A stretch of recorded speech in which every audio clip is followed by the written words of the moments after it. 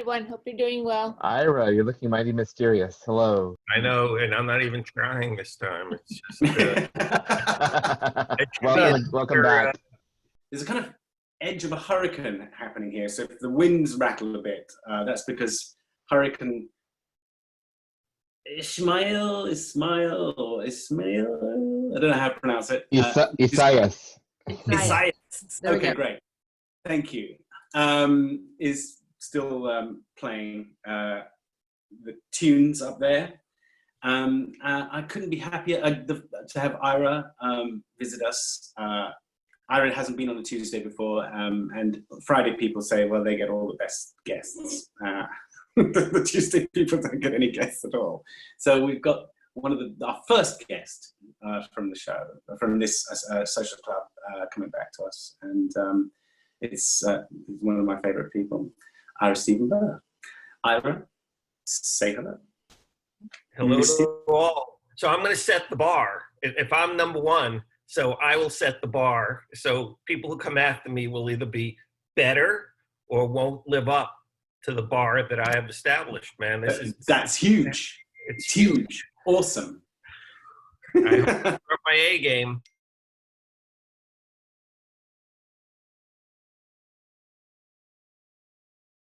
Ira, your cats are entertaining us in the background of your video, by the way. They are tearing back and forth in your hallway, other side. Oh, yeah.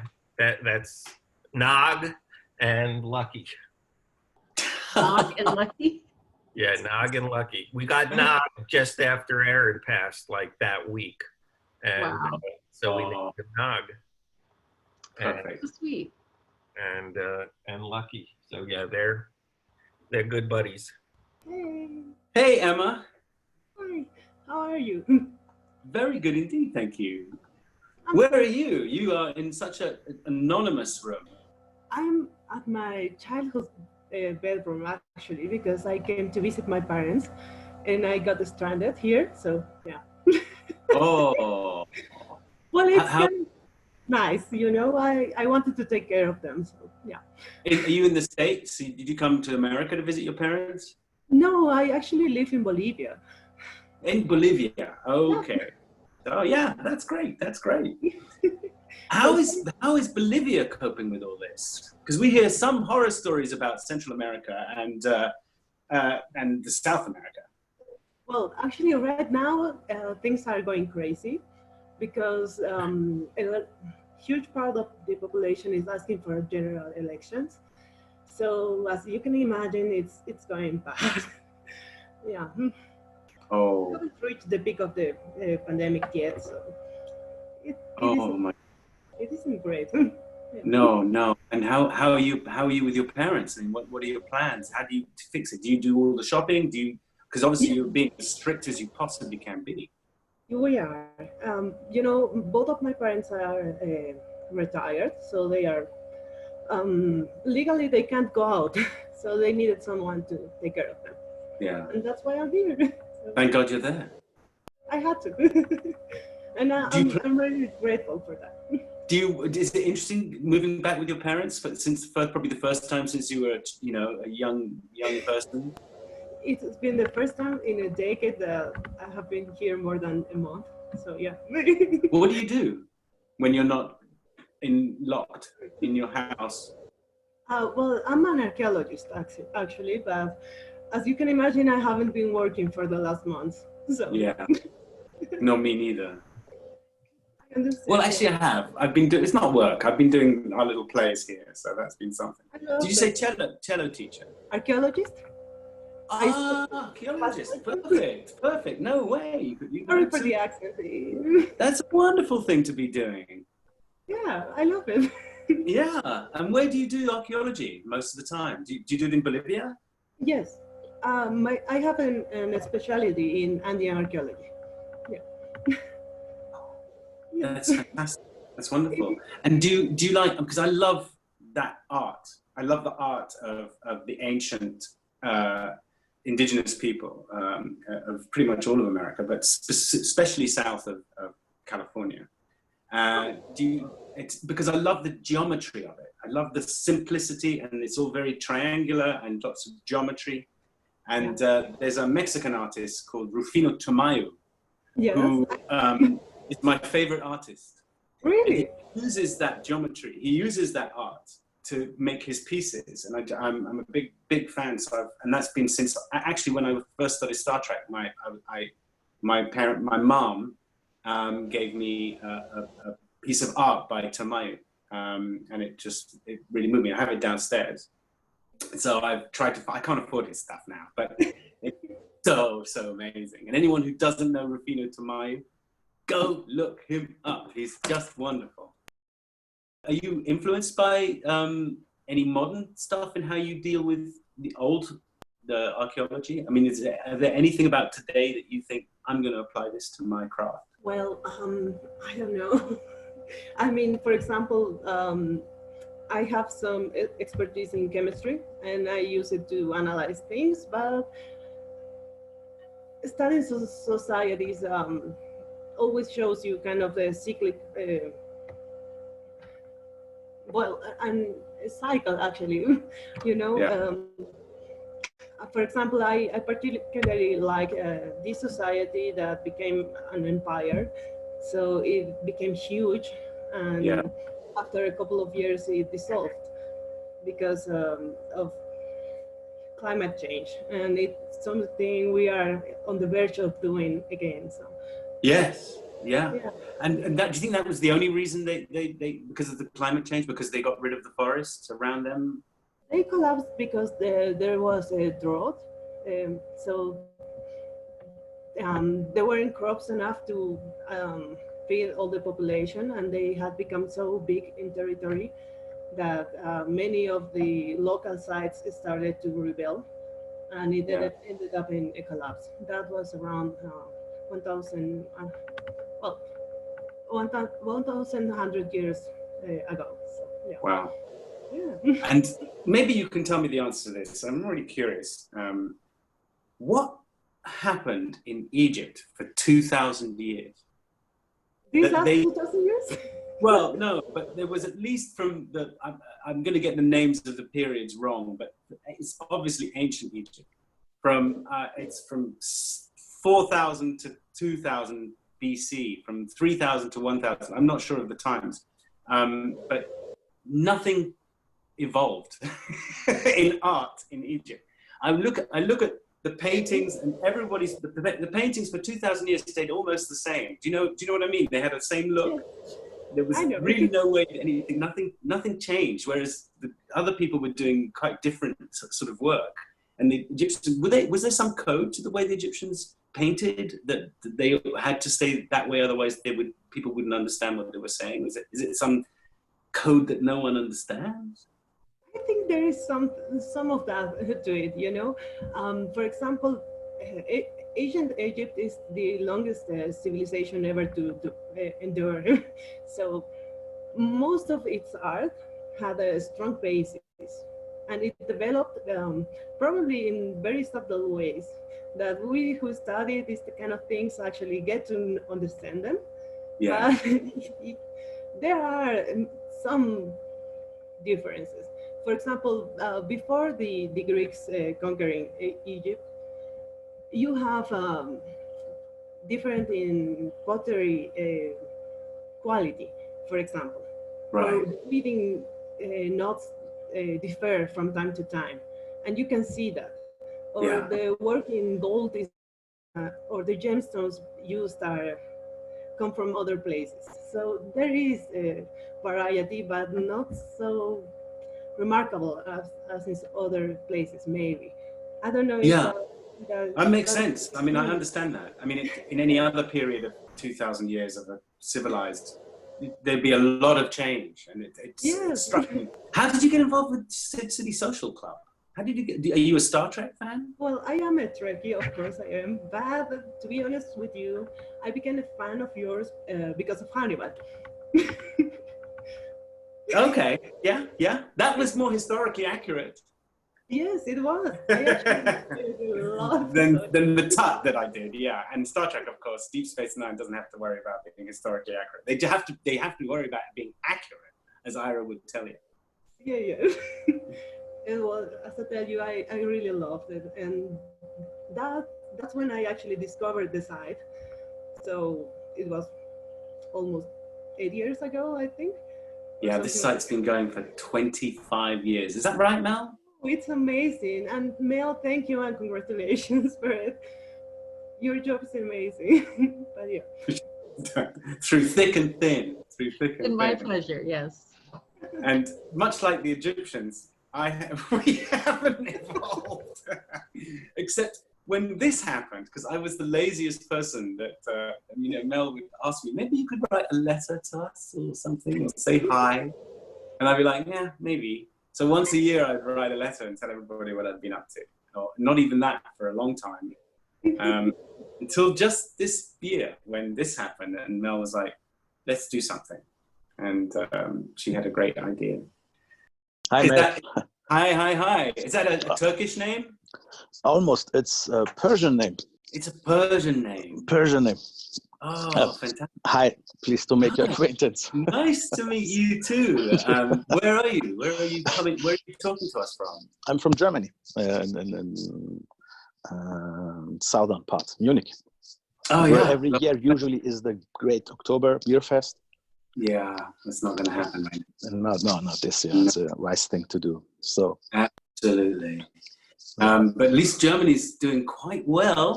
I mean, yes. Everybody's getting having a resurgence of this thing right now. It's, but Germany has been responsible and really good about it, from what I read. Exactly. Yes. Well, do you have family still in the former Persia, Iran?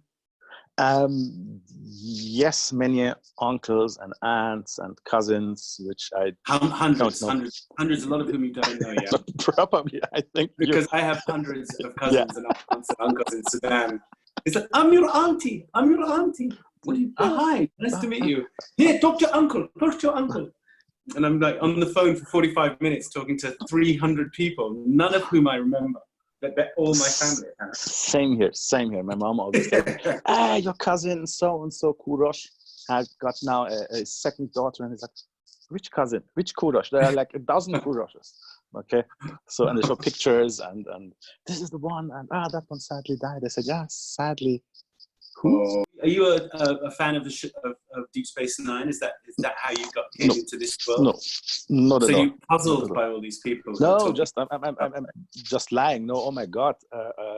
Thanks to you and your fellow cast members, I passed the Business English 1 and 2 during my studies. Yeah, that's yes. Because short story, I usually suck at English during school. I always had to struggle to get even a C, usually got a D. And when I started studying business economics, I failed miserably in business English. So I asked a friend who is half German, half British, what can I do? And he said, watch movies in original English. It will help up get a better feeling. And I started with Deep Space Nine. Wow. Okay. I knew the first 2 seasons in German because they were already in German TV. Like that's like now 24, 25 years ago. Yeah. And there was the talking time where there were no DVDs. It was all good old VCRs. Absolutely. So you couldn't just push a button and switch the language. So I had to go halfway through Munich, 1 hour with drive, to get this one only VCR blockbuster rental store who rented the videos in original English. Okay, and I always got a huge package, like 5 DVDs, 5 videos of Deep Space Nine. Then I could keep them for a week, and that's what kept me, getting better in English.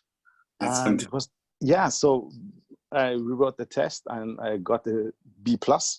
And when I 2 terms later had to write Business English 2, I got perfect A. So thank you and your fellow cast members for Thank Ira.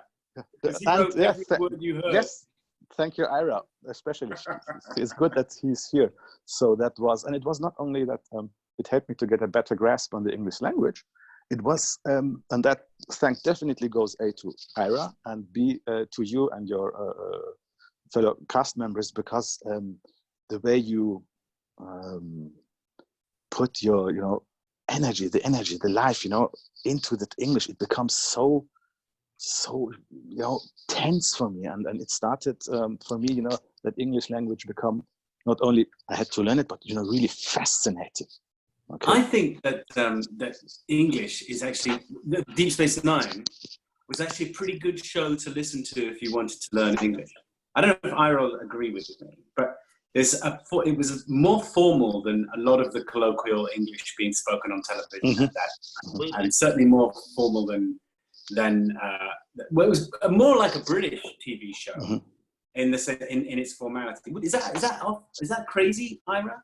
No, it's absolutely true. I mean, that was for better or worse. You know, that was Rick's edict. You know, he didn't want anything of the contemporary to fall into the language on the show. So it's much more precise. I don't know if it's always conversational in the way we consider conversation.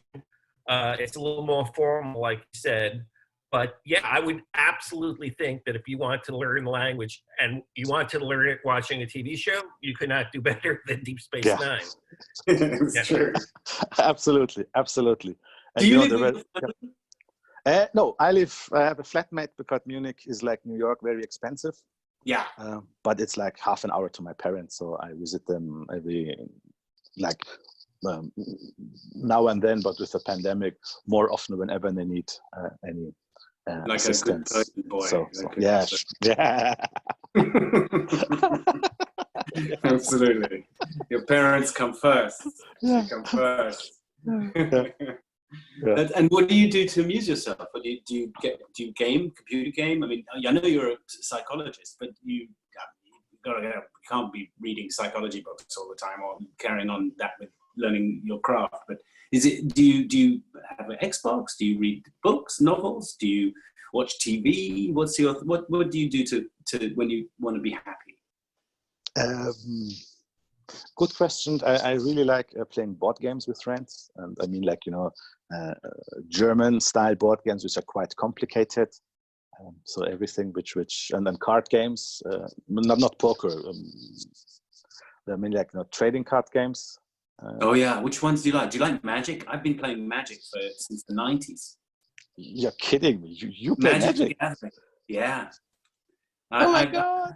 Absolutely. I've been since the 94 when I started buying the first packs and playing Magic the Gathering with whoever I could find to play with. Back in those days, you had to play in Los Angeles in a store where they sold the cards, because that's where people would meet every Thursday or Friday, and they play each other. Ah, that's with which edition did you start? I started with Revised. It didn't have a name. It was just the first edition. It would have been the second edition. It was about 1993. So it was just called Magic the Gathering. It didn't have like one of the names. It didn't have. Okay. Yet they had mocks. They had all those. Yeah. Wow. cards, Okay. you know, Wow. Okay. So you basically are, you know, first wave Magic player. Oh my God. First yeah. Because I missed Legends. I missed Arabic Nights. So I missed Legends by, you know, like a month. And then I started with third edition, which was then called Revised, and where the Moxes, etc., were already taken out of the game. So it's like half a year, 9 months. Two turns. After, it's Magic. Yeah. With Moxes, you put down. For those who don't know, Magic is this, like, if you think of Dungeons and Dragons and expand it by 1 billion, you get to Magic. It's crazy. Each card has really intricate instructions of what you've got to do to it to make it do something to something else. And the point is that you put your cards in front of you, and the other person puts their cards in front of them, and you have to get through their cards to kill them. So all your cards are your protectors and your attackers. It's a pretty great game if anyone's interested in card games of that kind, sort of, and D&D type stuff. That's really cool. That's really great. Yes. You still have Moxes? No, I didn't have one. They were far too. They were so rare, and they were too expensive. I wouldn't buy cards. I just bought Okay. cards. Yeah. I had yeah. hundreds of them. I still do in Sussex, in England. My brother plays. All the people in Sussex play. I got given a magic table for my birthday with all the kind of right places. Wow. That's completely weird, isn't it? All the places you're supposed to put your mana pile, your discard pile, all the tokens, the funny dice with many different edges. Got a name. Sweet. Quite sweet. Yes, yes. I used to play D&D, AD&D second edition for many years. Tabletop games, like, Warhammer from Games Workshop. So many things like that. I kind of stopped playing PlayStation. It's like it was cool, PlayStation 1, but I don't know. I like working more with people. I like another hobby of mine is studying people. Really weird people. You mean like face to face? Like sitting in a cafe, watching people, how they behave. Are you okay? I mean, that's really a weird behavior. People don't do that. If you have an avid interest in how the human psyche works, I do. It's yeah. So me too. And I always ask why, for example, did someone choose the banana and not the apple? Very simple. Okay. Why is he wearing this outfit and not that outfit? Yeah. Okay. Yeah. What was in his subconscious that he, decided to go this way today or that way today? Ira, a question which you probably have been asked before, but I never saw it in YouTube or somewhere the answer. Why was there only one episode with Sid playing our best man Bashir? When I saw it in season 4, it was like, oh my God, there will definitely be another one where he plays some secret agent at the holodeck. Good question. By season 4, we were already starting to veer into a more serialized show and starting to think about bigger picture more and more. And so, the great thing and the frustrating thing about DS9 is that all the fans had different ideas what a Deep Space Nine episode should be, especially back then. If we did a Ferengi show, the fans would be up in arms. Why are we wasting time with this, humor? That's not what Star Trek is about. And so when we would take a show where we wanted to just have fun, like Our Man Bashir, or Take Me Out to the Holosuite, or whichever one you want to name, and they came out as well as some of them did, and Our Man Bashir was really it hit on all cylinders. It was a really successful episode. But I have to say, there wasn't even a lot of talk at the time about doing another one. I mean, we talked about everything in the writer's room, so it probably came up, but never seriously, because we knew that that's not what the fans were expecting. So we would do those kind of shows just for us, not really for the fans at all. So I'm just happy it came out as well as it did. And I love in the last, whatever you want to call it, decade, half a decade, whatever, where fans have become more vocal about Deep Space Nine, the kinds of episodes that they seem to like is all across the board, and it's fantastic. Back in the day, it's hard to say a show that was on for 7 years that we felt unloved, but we certainly didn't feel like we were getting a lot of fan positive feedback at the time. So now when people talk about Our Man Bashir, it's like, yes, we knew it. We knew it back then. We knew it. So thank you. I'm glad you picked that episode. Thank you for answering my question and for a really beautiful 7-year show. It was really a delight to watch Deep Space Nine, and I still binge watch it once a year. It's really good to see. Thank you. If someone says that, I'm impressed. That's 7 years. Thanks, Dr. Behr. Fantastic. Thank you. Yeah. Thank you. Ira, have you had anyone else come up to you and say they learned English by watching DS9? I do think that has happened in the past. So every now and then. I mean, not as much as, as we mentioned in other interviews. The thing we usually get is from people in the armed forces. That was the biggest fan base that we had outside of like Star Trek fans. People in uniform,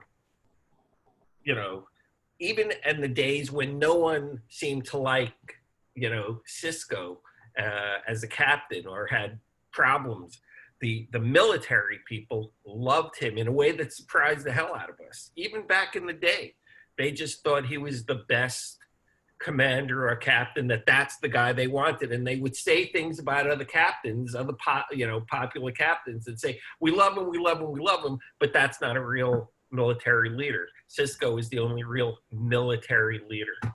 So, but yes, other people have mentioned that they've learned English. I learned English writing Deep Space Nine. I grew up in the Bronx, man. I didn't know anything about English. As I've said many times, I came on the show in order to, to develop what became the Bashir O'Brien friendship. And I think that relationship for me opened me up, to what became the Odo, Quark, Ram, Quark, Bashir, Garrick, Worf, Martok.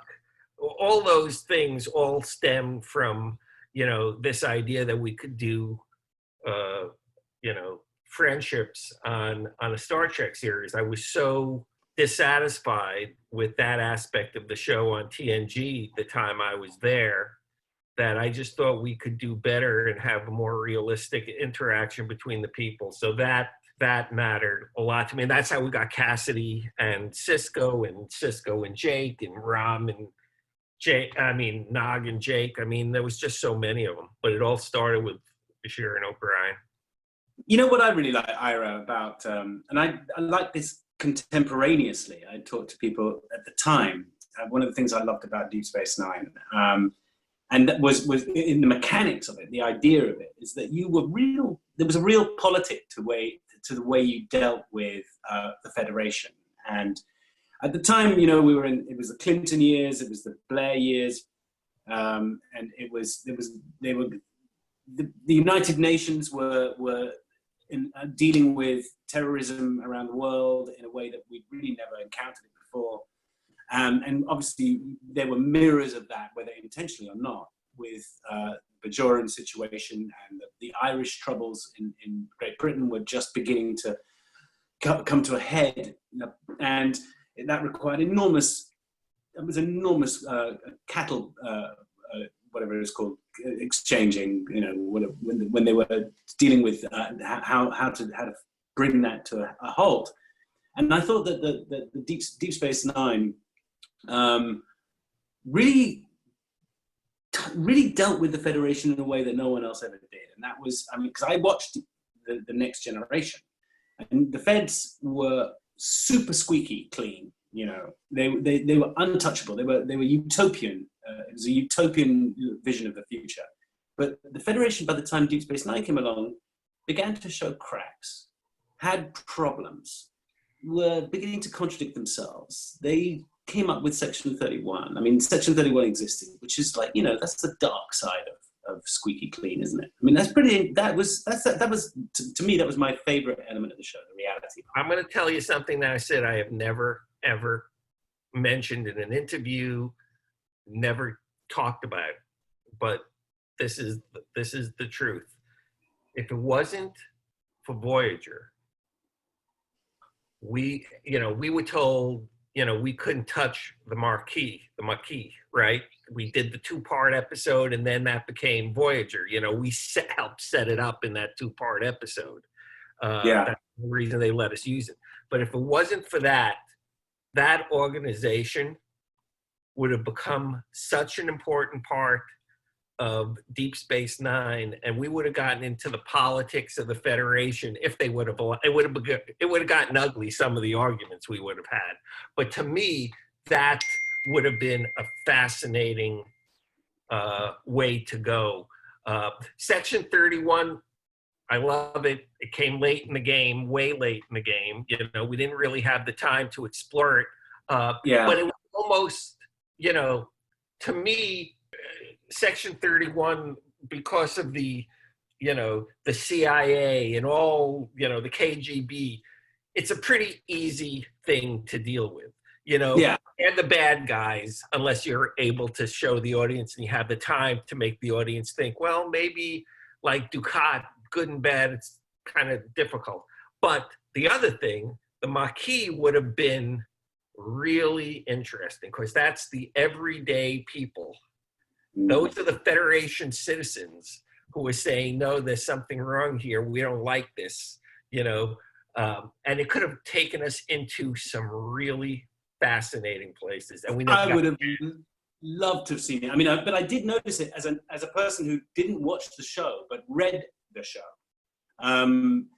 every week. And I noticed things that you were saying about the Federation, which had it been the Soviet Union, you would not have passed. You would not have got past the censorship because you were poking holes in the Federation. You were poking holes in the fact that it couldn't possibly be this perfect. And I really enjoyed that because it reflected the United Nations and America at the time, which was, you know, we had a president who got impeached for lying. The world was crumbling, you know, in 1990s. And we didn't find out how just devastating those crumbling, that rot was until the mid-2000s when the World Trade Center was bombed and no one knew how to behave and the structures weren't there. And now, of course, we're seeing it even more so in that we've been hit by a virus and no one knows how to deal with it. Again, we're not just not prepared. And I would have been fascinated to see going further along that route, that this is all a Wizard of Oz, not the whole Federation, but elements of it. Well, I think the idea of one of the big lies that has damaged this country so badly is this accepted wisdom of American exceptionalism, which this virus has put the lie to. You know, Americans are not exceptional. They can't even wear masks. They're you know, we can't stay the course on anything. We're so lazy we've become. You know, in our individual lives, we don't want to be bothered by anything. We don't even have the energy to be empathetic to other people. You know, empathy is too difficult an emotion, it seems, for a lot of this country. So the idea to me at the time that bugged me, and it wasn't that I didn't like Gene or I don't believe in a better future. That's just such a specious argument to use that as a cudgel to hit us with. It's just like, okay, you're talking about perfection, but what is perfection? What's behind perfection? Why does the Federation deserve to exist? Why do people who live in the Federation deserve to live in the Federation, if that even is a thing? And all it was to poke it and look at it and see it from different points of view and see whether it could withstand the scrutiny. And the fact that everyone was so scared about looking at it, you know, the second that Voyager put all those people at the end of the pilot into Starfleet uniforms, they destroyed any chance they had of doing something really like interesting, because once you put them all in the same Starfleet uniform, you know they're not the other. You know, they're the same. They're all on the same. Homogenized. They're homogenized. Yeah, absolutely. And that would have been interesting. I think that was a real opportunity. I would have liked. People say, don't you wish you could have used the Borg? It's like, I don't care about the Borg. I don't, you know, that doesn't interest me. The Maquis, yes, that would have been way cool. Yeah. I mean, there's an element of toothlessness to a science fiction that doesn't dismantle, at least from a very intrinsic point of view, the society going on around it, in which it's written, whether it's Orwell or whether it's, you know, Sagan. All these guys are really criticizing. It's a critique of their particular time. And I think you did a marvelous job, actually. And I'm not kidding. I think you did do it. And I noticed it reading it. I'm sure you would have wanted to go a lot further. That was not to be, but anyway, that was, thank you. How are you doing? Good, thank you. Excellent, glad to hear it. Who's your placeholder? Oh, that was my wife. You spoke to her a couple of weeks ago. Oh, hey, hi. Good to see you. I can't quite see you, but I know she's just there. The one who had the garden that she took us out and showed us that they put Absolutely. How's your garden growing? It's actually growing like crazy. A lot of plants that we don't even want in it. Lots of weeding going on, but Yeah. all the plants that we've planted are growing really well. Yeah, we used to because you feel terrible when you grow a seed. You get 400 little plants, and you go, Oh yeah. These are all my children. I can't kill half of them and just choose the strong one. It's funny that you say that because our first round of planting this season, we of course we sprout all the seeds inside and they get a few inches, and then we take them out and we put them in the ground so that they can not get root bound in their little cups and they can start getting big to make fruit and everything. And it had only been about a week since we put them in the ground, and a heat wave came along that was so ridiculous that we pretty much had to replant everything. More than half of what we planted died. Like out of every 3 rows of plants we had, there was like 1 or 2 left. So yeah, I mean, so that can happen, and then you're just like, all these seeds counted on me, and I failed them. Yep, I know how you feel. Are things looking up for you? Because I mean, last time we talked, things were not great. You had to, in terms of how, Well, in terms of where your security was, and I mean that stuff. Right. The problem is that we live in New Hampshire, which you're right below us, so but New Hampshire is like a piece of the Southern Bible Belt escaped and migrated to the north. Yeah. And that's where we are. And so if there's anybody around, a lot of the stereotypes of the conservative side of the politicization of this whole COVID thing, this is where they live. Right.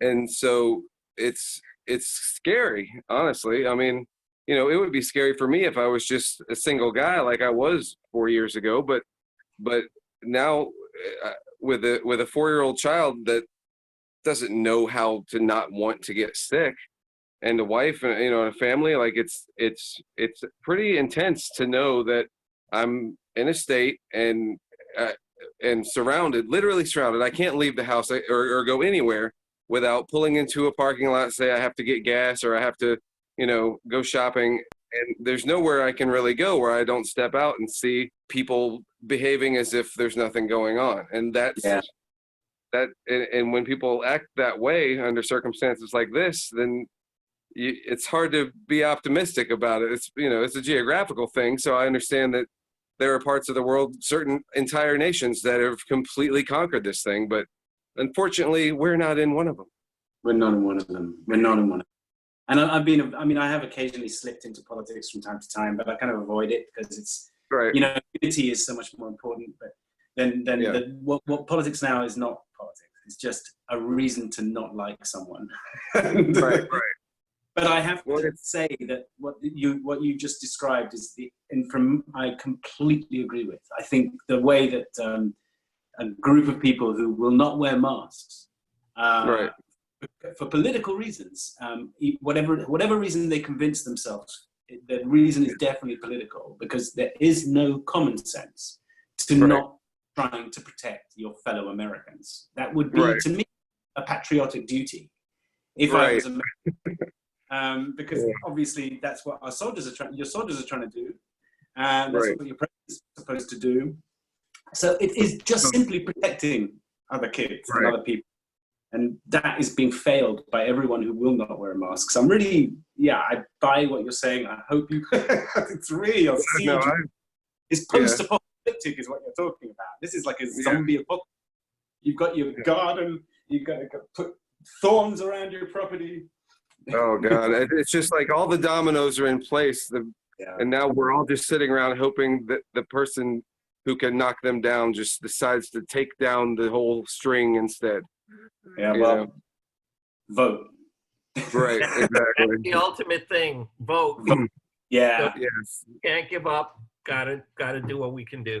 So my wife, when she was talking with you, she mentioned that she or that you had talked to her actually. She mentioned that I was a car dealer, and you said you wanted to ask me some questions about that. Yeah, because that was about the fact that how are you dealing cars? No. Yeah. Okay. Well, there aren't many more questions after that first one. It all kind of grinds to a halt. If that is a negative, then there's nowhere else to go with that. But with that, I'm curious to know though. You will know this, and this is nothing to do with COVID or anything. But how has selling cars changed in the last 5-6 years? Because not cards, not cars, card dealing cards, casino. Oh, I forgot. Dealer. Croupier. He said Croupier. croupier. Now I get it. Yeah. I'm Sorry. fully full of myself. Croupier. Yeah, if you'd said that, I would be fine. Yeah, that is fascinating to me. Obviously, you're not doing it. That's no one's got a casino open. I'll tell you, there are casinos that are open, and all the casinos in New Hampshire are open because of the mentality that we spoke on earlier. Yeah. But in New Hampshire, casinos are a little different. They're more like bingo halls that happen to have casino-style table games in them. In New Hampshire, it's actually called charitable gaming, and there's all these rules and regulations as far as maximum bets on tables and maximum payouts, and it's no Las Vegas. It's not the Harrah's or anything like that. It's very much a building that looks like it used to be a bank and now it's a casino on the inside kind of thing. But you could do what you do in any casino. I mean, you could go to Mohegan Sun in Rhode Island.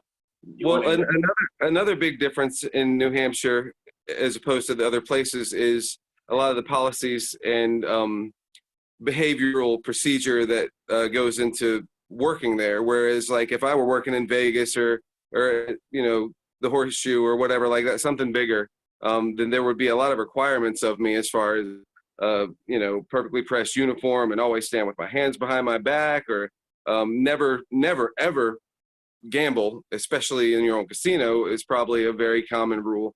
But here it's very laid back. I mean, now the way you handle the guests and the money and all that is still super important, but as far as the way you stand or the way you speak or don't speak to people and how you handle yourself, like I could clock out of work and go sit right down at the blackjack table if I wanted to, and it's right next to the person I was just dealing to, and that wouldn't be a big deal, which is very different than anywhere else. I find it amusing that you call it charitable gaming. Yeah. 35% of all the money that is spent by the players at the casino has to be, and every day or sometimes weekly, it depends on how it's arranged, and it's all arranged individually among the different casinos. 35% of the profit is actually donated to a specific charity. Do you ever watch this Star Trek show? I know you probably got involved in all this because the person next to you got involved in all this. Yeah. No, I watched Star Trek when I was a kid. I never really got into the original series, but I remember when I was in third grade, me and this girl I had a crush on in third grade, my way of spending time with her, because I was a super pacifist, super shy when it came to girls when I was a kid, and for quite a while as I grew up. But so I didn't need to hold hands or anything to be happy. I was like, let's just talk to each other, And so me and her would sit on the phone with each other every night and watch Star Trek: The Next Generation. She would be at her house, and I'd be at my house, and we're in like third, I guess it was third or fourth grade, yeah, maybe fourth grade, and we would be on the phone, hardly talking, but watching Star Trek: The Next Generation together. And from there, of course, I never stopped watching it, and so I got into Deep Space Nine, and I watched the crap out of it. But I never thought in a million years, as much as I'd seen it, and much as I'd seen little snippets of information, or maybe a documentary snippet or something like that, where like there's this culture and there's conventions and there's costumes, and it's a very deep set fandom culture, and I never thought that I would end up actually participating in the way and interacting in the way that I have. And it's been mind-blowing how much interaction I've been able to have since my wife brought me on. And this happened because her and I met online, and before we even physically met, she invited me to go on the Star Trek cruise with her. And I'll take that, then she'll know. Right. And I was like, okay, well, this is a winner, you know?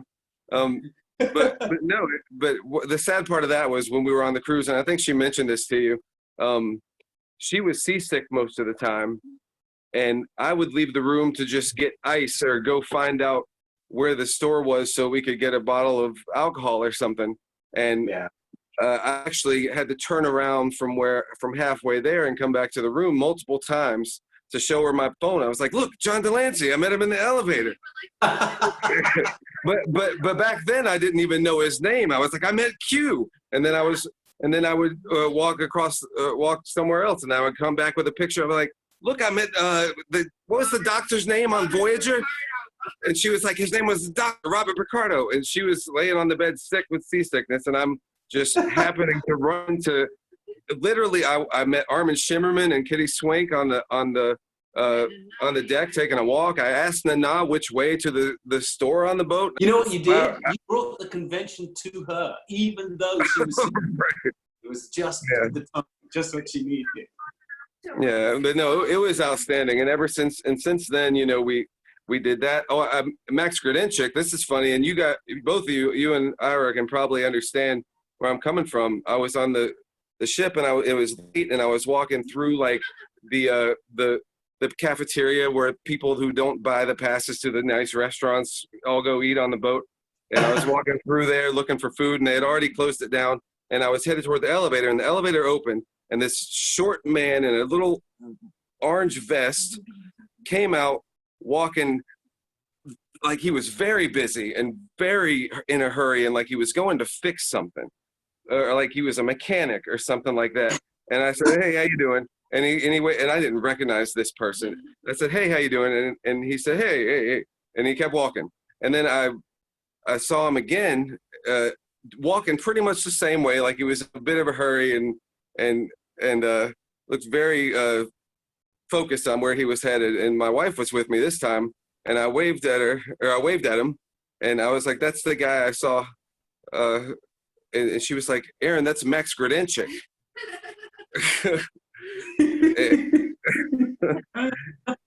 And I was like, oh, I thought he was like a maintenance guy on the boat. He just looked so, he looks like he was going to fix a leak, you know, but just something about the way his posture and the way he was moving. So at first I didn't even recognize Max Grod'nchik. But since then, we've met him there. We met him we went to Star Trek Las Vegas twice, and we met him there twice. And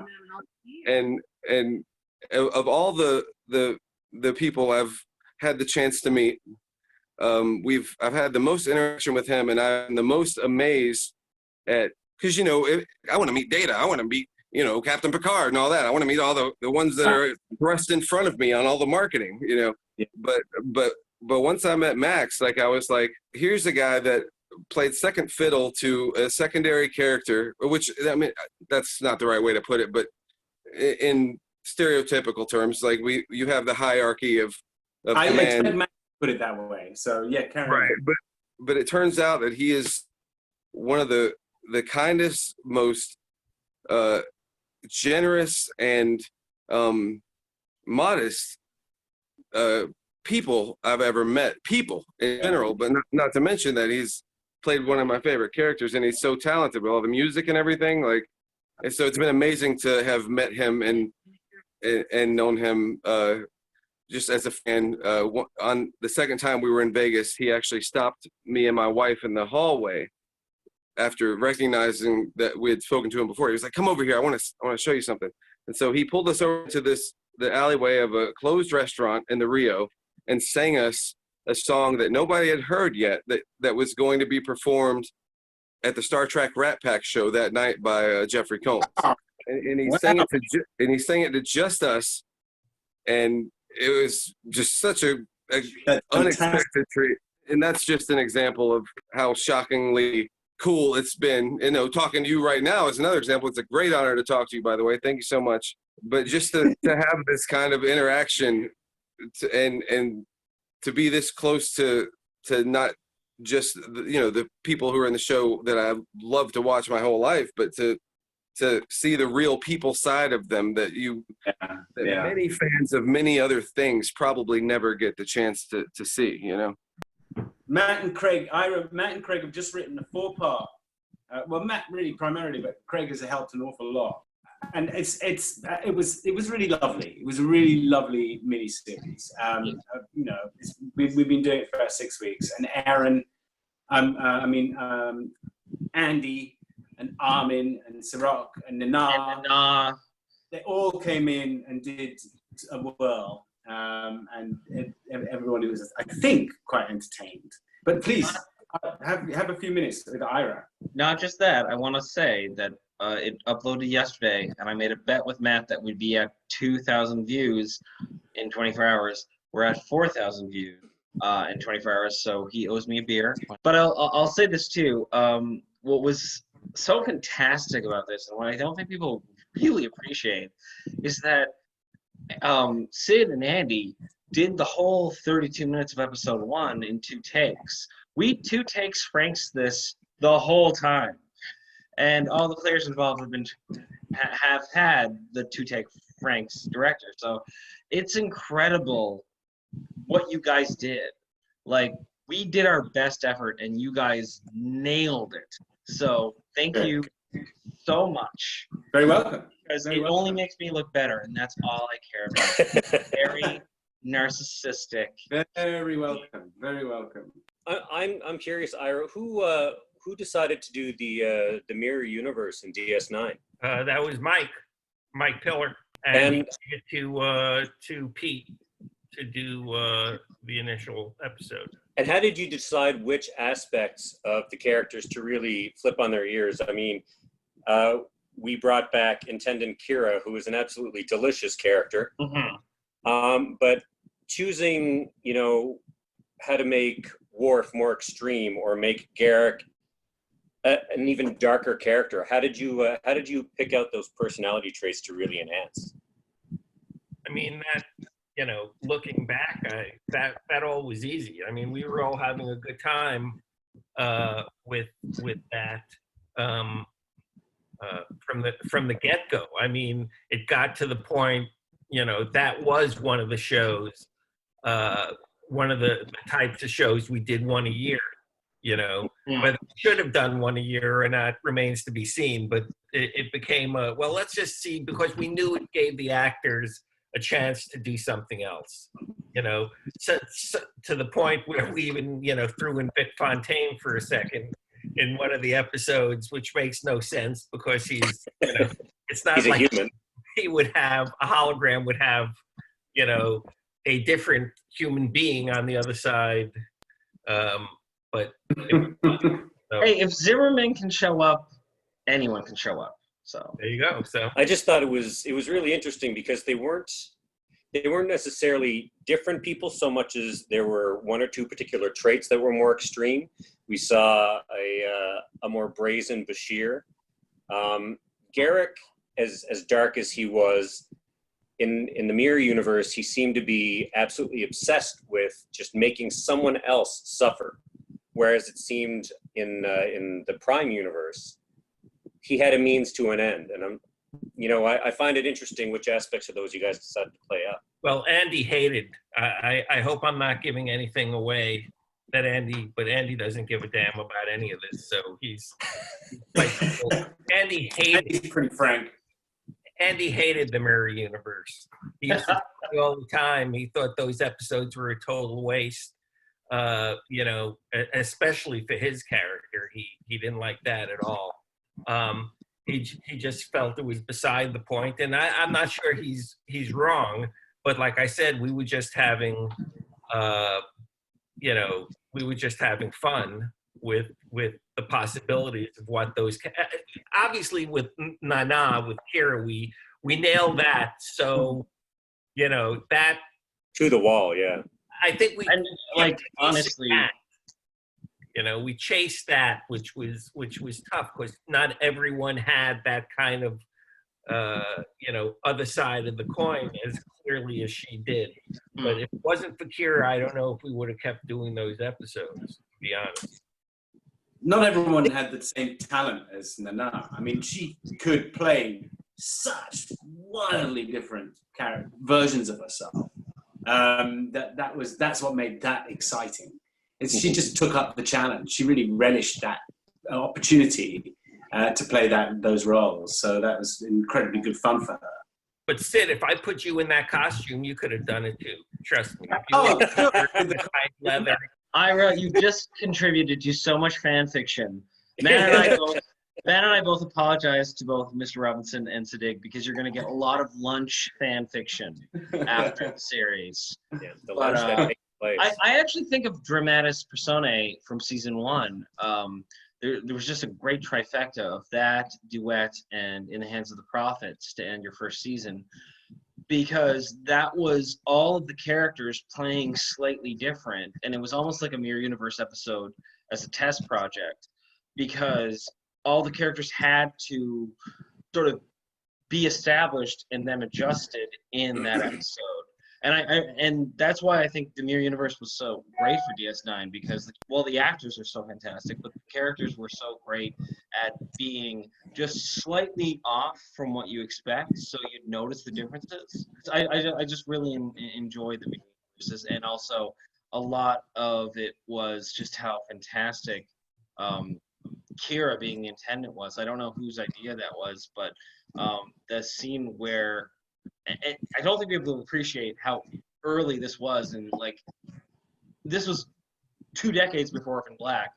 Kira acting against herself and laughing at how she's being manipulated by herself.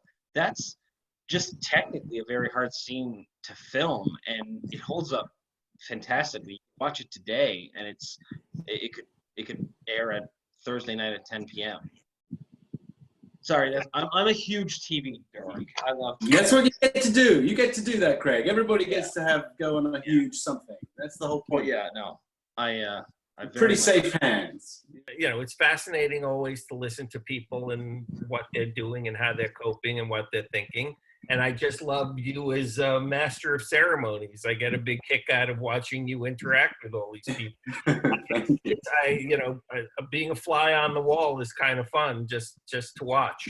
So the question every now and then, that's just the icing on the cake. So thanks for having me. Everyone stay well, stay strong, and don't give in, you know? Good night, everybody. Good night, guys. Bye. Bye. Bye. Bye. Bye.